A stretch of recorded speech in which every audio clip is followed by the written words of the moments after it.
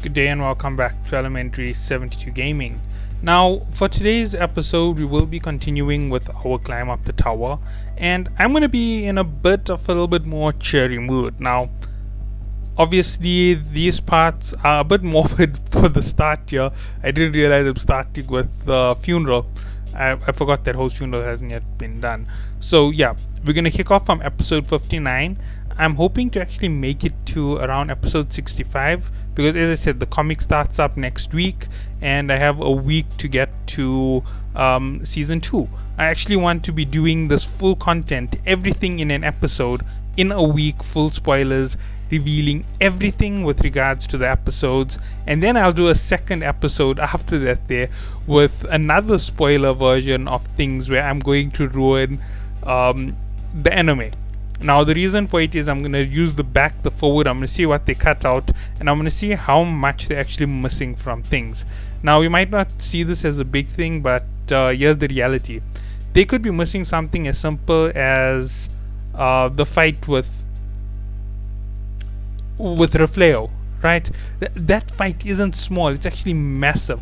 If the fight with Refleo isn't in the competition, then we have a massive problem coming up later. Remember, Refleo is a massive part of the story when they were moving forward at that particular time. His involvement isn't a minor one. His involvement is most probably one of the biggest things. Say for example, they cut Refleo and they change it into Pogon or Pugon, whatever the name of the other guy was. It will make a big difference. There's no joking about that. It will make such a big difference that it may ruin the entire story for some people. But yeah, I'm going to cover all of that, and I am going to have as much fun as I can doing all of that there. So yeah, let's get ready for one massive spoiler. So yeah, so let me get into the zone and let's cover this. Okay, so we're starting off with Ho's funeral. Now, Ho's funeral is a big event and it's not such a big event at the same time. The reason why it's a big event is, first of all, we have Ho being wished farewell. And it isn't such a big thing because Ho wasn't that massive of a character. His story played a very important part in showing us how talented Bam is, and he actually brought forward a lot of the topic. We get this here similarly later on when people wonder how crazy Bam is in terms of power. Actually, the whole Team Sweet and Sour reflects a bit of Ho when they're shocked at how fast he progresses and how he's advancing as an individual. It's not something normal, it's something ridiculous. And it's something that ends up playing other roles in the story that we may not have expected to have seen. And I know I'm being a bit what is the right word on this one? Yeah, I'm looking for a special word, but I can't seem to say it. Yeah, I'm just gonna leave it. I'm missing it totally. So yeah, Ho had this type of an impact, and when you think about this, yeah, and the way I'm full spoiling it is, I'm actually revealing the character of Ho in later seasons where he isn't anymore, and how his impact continues on. Remember the Naya situation? Naya is the opposite of Ho. Naya shows what could happen if you're jealous of people and you do the exact opposite. You work for their benefit instead of your own. You see, that is one of the things that you also have to understand. There's more than one way that the story flows. Things can go crazy in the story, and there's nothing that can be said against people doing the opposite. Alright, so let's continue.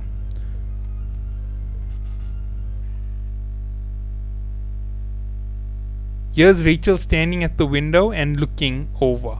Now, this was a spoiler in itself because soon you're going to find out that she isn't crippled. And you're her standing. Oh no, wait, she's sitting on a bed. Okay, no, never mind. And here's something else which was also ridiculous. When Ender Rossi was training with Bam, the reality behind it is Bam didn't just improve a little. He improved so much that his rate of improvement should be considered more along the lines of a miracle. that's how far I would go to say Balm's improvement during this little section was.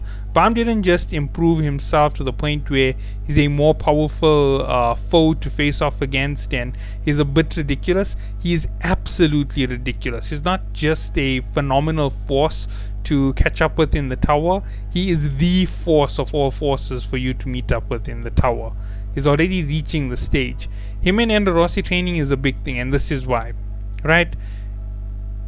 Come on, where's the speech here? Okay, never mind, keep going. Rock was training, getting better and better at hitting targets, and Amigo was also doing it. Here's something which the enemy cut out, Chongwa.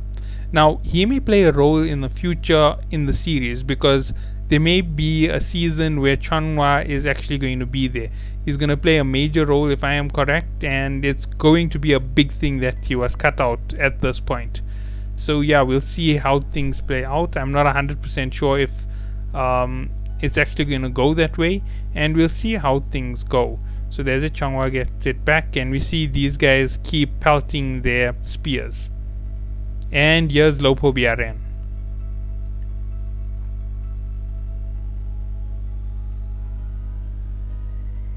Okay, so here's everybody partying. Even those who failed are in here. So you should understand that they have people who weren't part of the next test in this whole situation where they're partying and having fun together.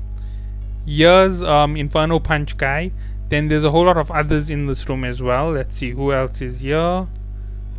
Liron, I forgot his number, but he's here as well. So yeah, so we understand that there's a big thing going down. So there's most probably even more to discuss with regards to what's going on in this little section. So yeah, let's keep going. And here's Balm and Rachel looking up at the artificial sky, which looks like it has stars. Remember, Rachel has seen outside of that cave. They came from a dark place, and I think the tower darkens the entire world. And here's the proof that Balm has become ridiculous. You see, he manages to dodge Ender Rossi, which is something that he shouldn't be able to do. Just doing it is ridiculous to start with, and the fact that he pulled it off makes him that much more spectacular as an individual.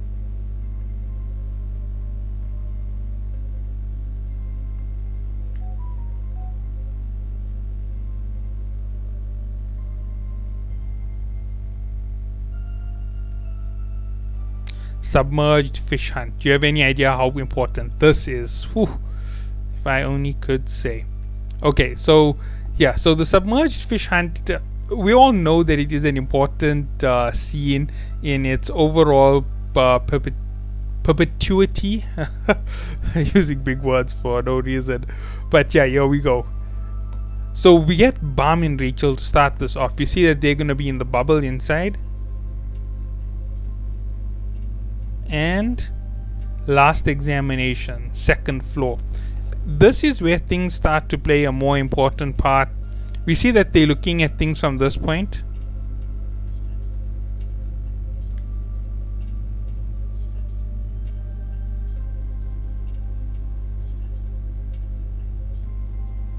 Now, the one thing that that Kun already figured out was that Han Sang-yu was going to do whatever he could do to sabotage their progression, right? So he already knew that Han Sang is the enemy. No matter what happens, they have to be ultra careful for Han Sang-yu. Han Sang-yu is going to do something to make sure that their lives are a living hell on this floor.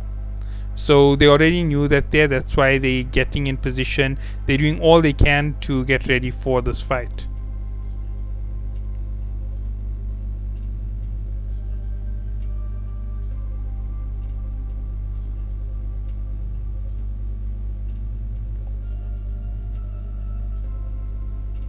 And we see that this test is way harder than you would expect. For anybody out there who actually goes camping and you know you go out fishing, you go hiking, you do all of these outdoor things, you know what I'm about to talk about. Certain parts of the experience are absolutely easy. You can go out fishing anytime you want to, casting and reeling and all that stuff. It isn't really all that difficult. However, some parts of the experience are crazy difficult, like making sure that you don't hurt the ecology, being that little bit extra careful when you start a fire, making sure that you don't light cinders, cleaning up your area. It may seem very simple, but doing those things is a bit more difficult. That's how come you get the accidental runaway fires every once in a while. It's not that people are super careless, it's that people can't go beyond the very limits that exist. I don't know if it makes enough sense the way I said it, but yeah, for lack of any other bigger words, that's what I'm going to say for this year. So yeah, so we can see the herder. It's okay. So he says it's cute. Gobi dolphin, also called the chaser. All right. So we see the queen is at the top. They're gonna chase fish to the queen, right? So that's what's their whole job.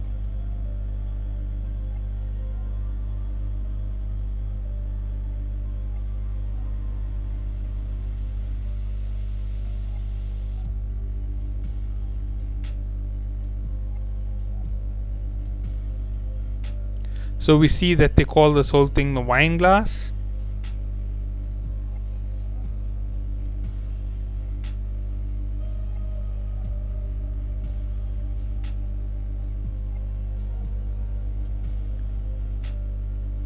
Now, their job in this is kind of more crazy difficult than it would ever normally be for anybody doing any type of ecology, right?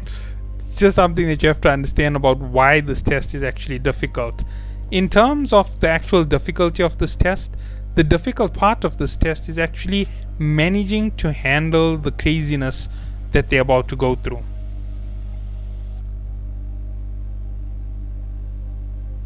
Alright, so here we go. So we see that they're moving.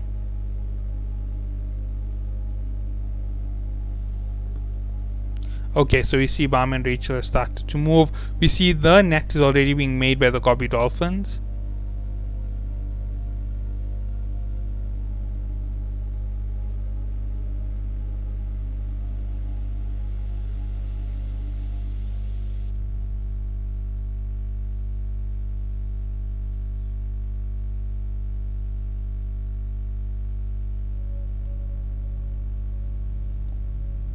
Okay, I'm not really gonna go through all of this. I'll explain it in a little bit.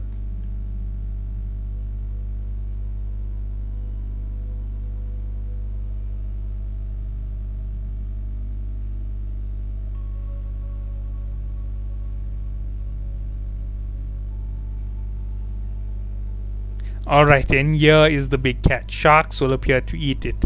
So instead of it being obvious, he's actually referring to the ecological non-constants.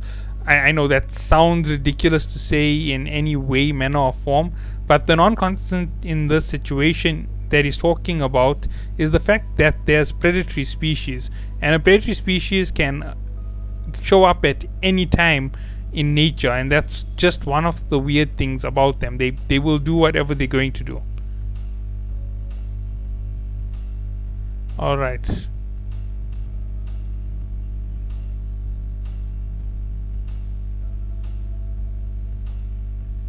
Alright, so here we go, the thief. Barnacle Goblin. Okay, so we see that's it, and we see that they running around with a giant earthworm. A wetworm. Okay, so we can see it goes to the shallow earth and steal what the herders have collected. So that's its whole job. Okay, so now we get the more crazy difficult part. I talked about easy things, now I'm going to talk about difficult things. If anybody has ever gone hunting or been on safari and things like that, you know that when you go hunting in that type of a situation, they tell you to be ultra careful. And it's not like they're being extra cautious, it's just the reality of that situation. Hunting is extremely dangerous. There are predators that you have to worry about hunting you by accident, and you also have to worry about, how do I express this properly? You have to worry about other things happening while you're hunting. It's not like there's only one threat throughout all of hunting. There's multiple threats. You could become hunted by the very creatures that you hunt, and there is a danger that everybody who goes hunting faces. So you have to be able to watch your prey, stalk your prey, catch your prey without becoming prey yourself. If you get the drift, it's a bit difficult, but I'm kind of simplifying it for the sake of this analogy. And this analogy is totally falling apart, just in case anybody wanted to know. So, yeah, that's just the reality of it and the way that things can be crazy in reality. So, they showing this whole idea. Now, the whole thing is that they actually want to be hunted.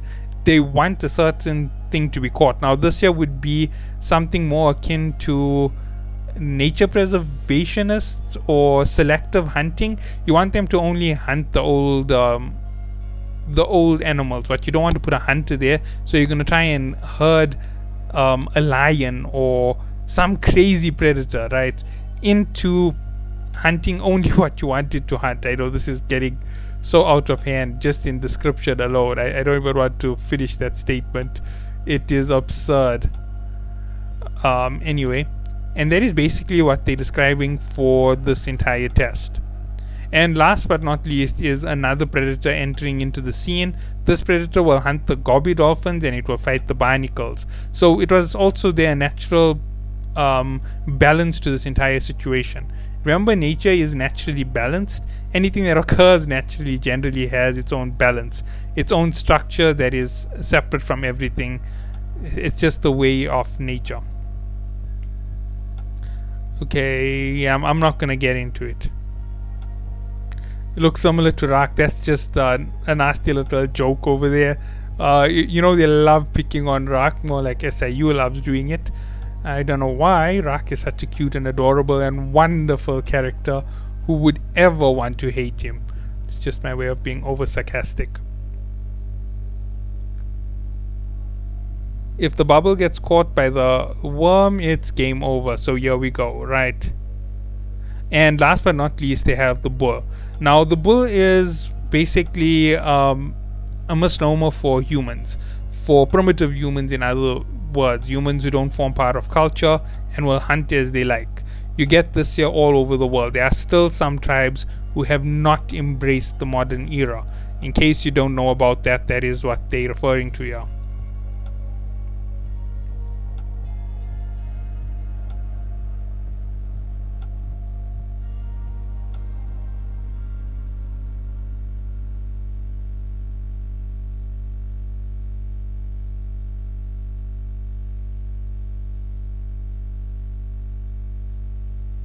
Okay, so yeah, we're getting the whole story on the gobby dolphin, the crazy monster in this entire arena, what they really have to be careful for, right? So basically explaining one critical part of the entire exam.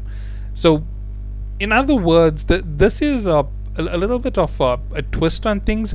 I'm not 100% sure why SIU did this here. Trying to analyze his mindset on this isn't going to get us anywhere crazy, but from a less crazy perspective, less crazy from my perspective, this is all I have to say about it. In terms of the creatures, they aren't all that ridiculous. They're quite easy to understand, and their roles aren't out of the ordinary. Their roles are regular.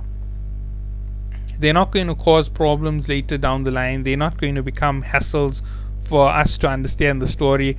They're regular items. They're normal to this type of a setting where things are super difficult. So we're going to be able to cope with whatever happens. There isn't going to be much for us to actually redefine, if you know what I mean, right? I'm even saying things in crazy ways. But nonetheless, as far as I can tell, the reason why he did this here was trying to give you an ecological type of feel to it, to show that the tower has its own natural behavior. I could be absolutely wrong on this, and I'm most likely wrong on quite a bit of it. But yeah, that's quite a possibility.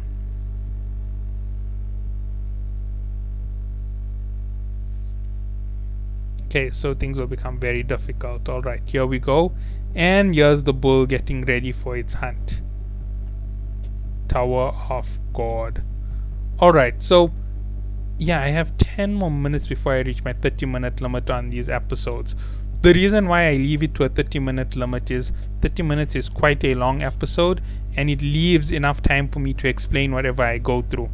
Obviously, there's a lot more that needs to be spoken about, and I will try and cover as much as I possibly can. There are some things that I'm definitely going to miss, I won't deny that. So here we go, Yuri and the rest of her team arrive. Now understand, this is a high ranking team. These members of Wulayuk Song aren't just some weak members in the tower. Wulayuk Song's members are crazy powerful. In terms of their difficulty level, they can match the 10 great families, right? And the leader of this entire group isn't even somebody who the 10 great families want to mess around with. Pobedao Gustang doesn't want to anger Yurik Mazino. That says that Yurik is quite dangerous. He'd be willing to get Traumarai angry with him, but he wouldn't be willing to fight Yurik. He's willing to fight Jahad, but he's not willing to fight Yurik. Yeah, that tells you Yurik is a monster compared to all of them. And those who Yurik chooses are definitely going to be difficult to handle. Remember, Hal Joe is basically a regular chosen by Yurik. That's how crazy he is.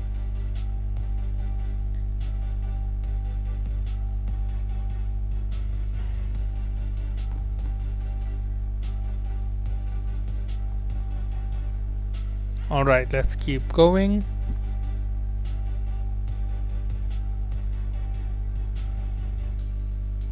This is an observer. Remember, he's a scout. He picked up motion on his observer.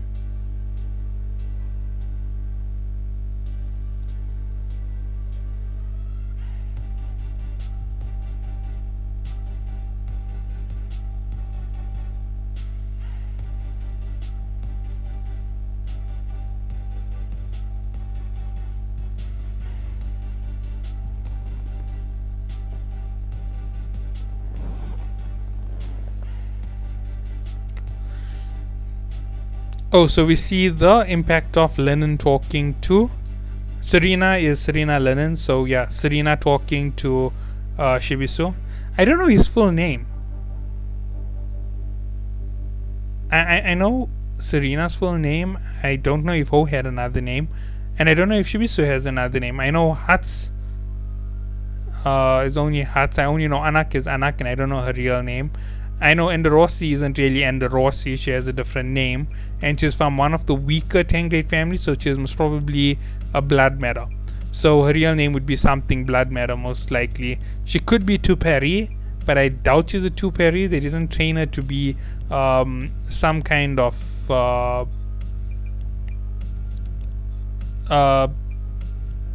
sorry, they didn't train her to be some kind of light bearer. And in terms of her being from any of the other families, she did have a defensive weapon as one of her first weapons that we saw. So yeah, most probably is a Hendo Luck Princess.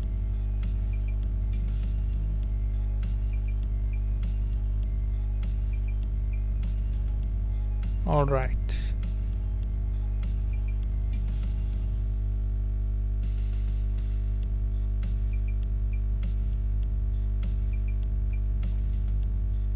And there's Shibisu running from the bull.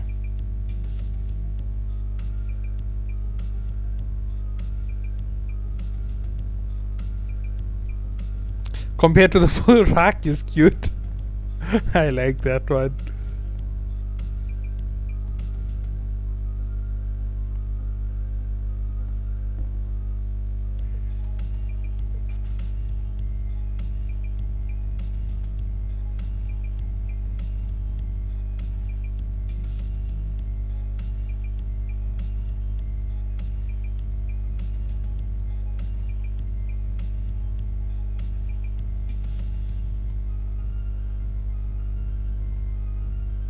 Ooh, and there's it. Now he is getting beaten.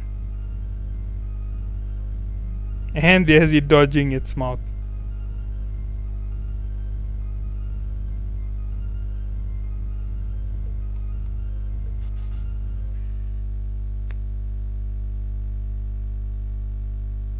It's not a guy.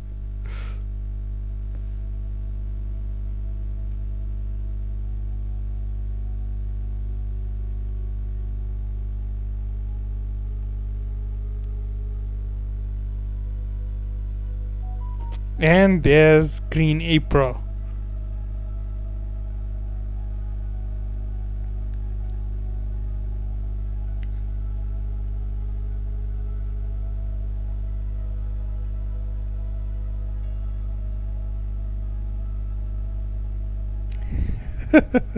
The princesses of Jahad.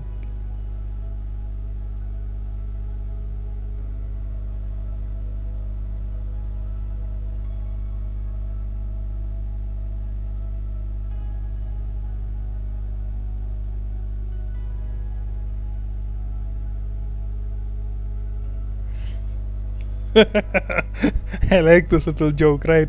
The bull is busy chewing on Shibisu's head, basically killing him. Okay, so we're almost done with this here. I don't think I should be continuing. So yeah, we're gonna call it at 61. So there was 59 to 61. I did another 2 whole chapters. So here's some things to actually reflect on before we move in any further. The whole mindset for this particular test is a bit out of what's been going on. Remember, I said that it does a lot of commentary on the world and its reality. I'm not sure what he's after. I'm thinking that he's trying to say that the world is in natural balance without us needing to influence anything. If we leave nature alone, it will rectify itself, which is a true enough statement, but is also showing that even with our interference, whenever we need something from nature, nature will just go back to its natural domain within its lifetime, its lifespan. So if we're polluting the planet and things like that, there, which I'm not saying is good, I'm not somebody who supports our heavy carbonized lifestyle. It's not that it's totally 100% deadly. I've seen people approach it from the opposite side, and yes, they're right about some parts of it, they're wrong about some parts of it, but I'm not going to talk about that. I'm just going to talk about this whole idea. When it comes to what happened with regards to this test and the way that he says it, it's basically we don't have to really focus all our energy on it. We just have to focus our energy on leaving the ecosystems to flow naturally. And the weird part about that is the natural flow of those ecosystems is to have apex predators stand at the top and ruin it whenever they want to. And we're an apex predator, we're the bulls. There isn't anything like a regular in our world who can come and interfere with the balance whenever it wants to. So that's the difference with it. That's the reality. There's nothing wrong with our world. Leave it alone. There's a reason why he used a human shaped silhouette for the bull. He could have used a raging lion, which would be the source of nature. He could use the image of a gorilla or anything of that sort to give a more fierce image. But he chose the image of a human. So that is something that you have to think about when you go on to your next part. I will catch you all in the next one. So have a good day and see you all then.